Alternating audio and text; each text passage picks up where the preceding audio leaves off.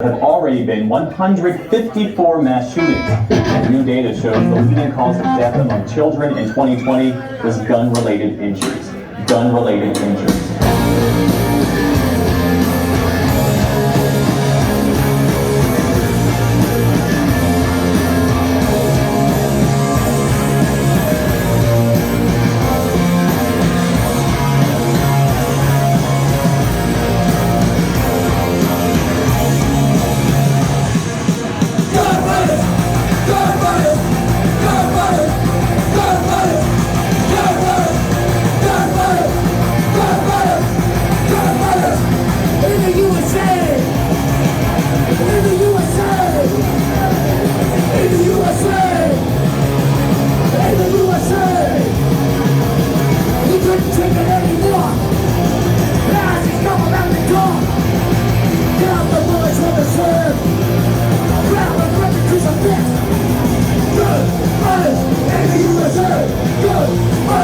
In the USA,